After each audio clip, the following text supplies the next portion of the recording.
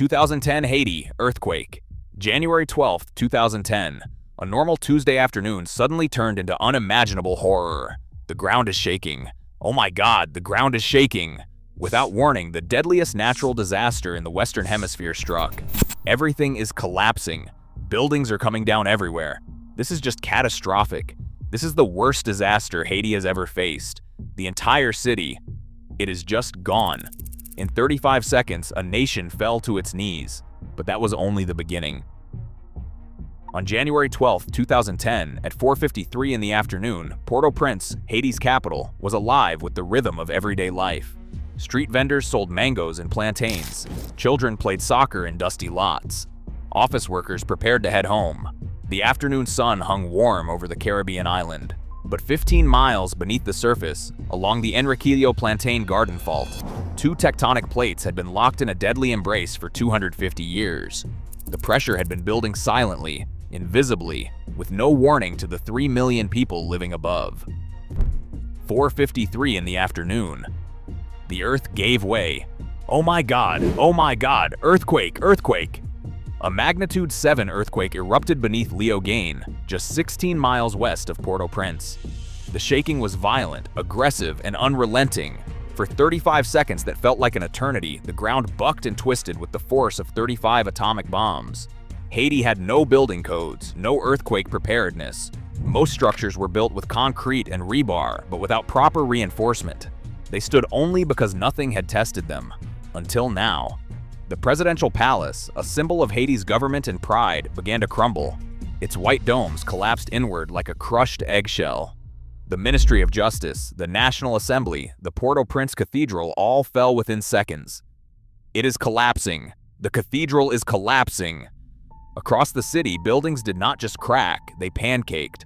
Floors stacked on top of each other, crushing everything and everyone inside. Dust clouds rose hundreds of feet into the air, turning day into twilight. At the Hotel Montana, a luxury resort perched on a hillside, guests and staff were going about their routines. When the shaking started, the 5-story building folded like an accordion. Over 100 people were trapped inside, including UN personnel, aid workers, and tourists. Lynn Garafola, a 53-year-old nurse from New York, was there with her daughter. When the walls began to fall, she pushed her daughter towards safety. The building collapsed. Lynn was buried under concrete. Her daughter survived. Lynn's body was not recovered for days. The UN headquarters at the Christopher Hotel also collapsed. Inside were 96 personnel, including Hedi Anabi, the head of the UN mission in Haiti. Rescuers would spend days digging through the rubble. Only 22 survived. Anabi was not among them. At the General Hospital, the largest medical facility in Haiti, doctors and nurses were treating patients when the earthquake struck. The building swayed violently. Parts of the structure gave way. Patients in beds rolled into hallways. Some jumped from windows to escape. Doctors had no choice but to operate in the open air, on plastic tables, under the fading sunlight. Dr. Evan Lyon, an American physician working in Haiti, later described the chaos. Within minutes, the courtyard filled with hundreds of injured. Crushed limbs, head wounds, people screaming. They had almost no supplies. No anesthesia, no x-rays. Doctors were performing amputations with hacksaws. The amputations were in the thousands. Limbs trapped under concrete for hours and days had to be removed to save lives. Surgeons worked by flashlight, with no sterilization and no painkillers. The screams echoed through the night. But it was not just the capital.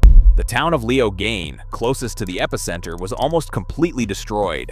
An estimated 80 to 90% of buildings collapsed. Entire neighborhoods vanished.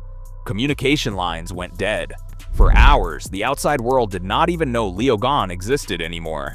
In Jacmel, a coastal city south of Port-au-Prince, the historic downtown crumbled.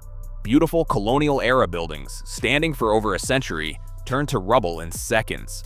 The main church collapsed during a service. Dozens were killed instantly. As night fell, Port-au-Prince transformed into a scene of devastation. No electricity, no running water. Fires burned uncontrollably across the city, fed by ruptured gas lines and overturned stoves. The acrid smell of smoke mixed with dust and death. Families wandered the streets, calling out names. Mothers searched for children. Husbands searched for wives. Some clawed at rubble with their bare hands, desperate to reach loved ones they could hear crying beneath the concrete. My baby is under there. Please, somebody help me." But help was nowhere to be found. Haiti's infrastructure had collapsed along with its buildings. Police stations, fire departments, hospitals, all gone. There were no ambulances, no rescue teams, no heavy machinery. People used their hands, sticks, anything they could find.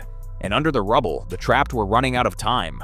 Without water, without air, the clock was ticking. The international community scrambled. The U.S. sent the aircraft carrier USS Carl Vinson. Search and rescue teams flew in from Mexico, France, Iceland, and China.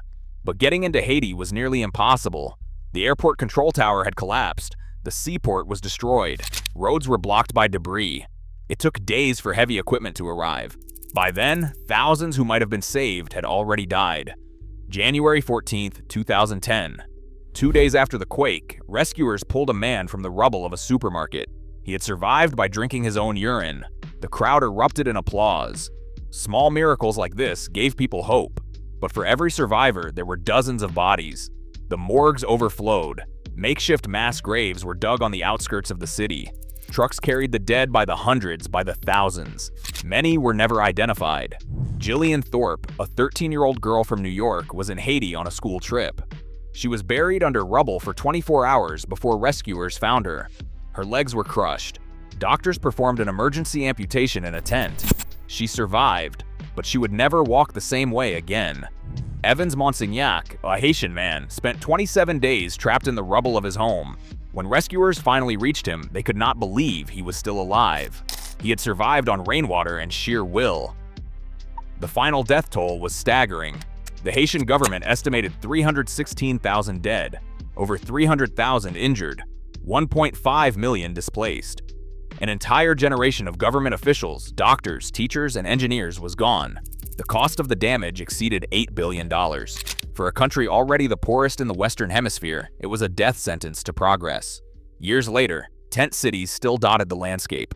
Rebuilding was slow, hindered by corruption, lack of resources, and political instability.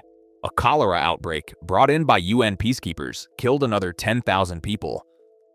But Haiti did not disappear. In the rubble, there was resilience. Neighbors helped neighbors.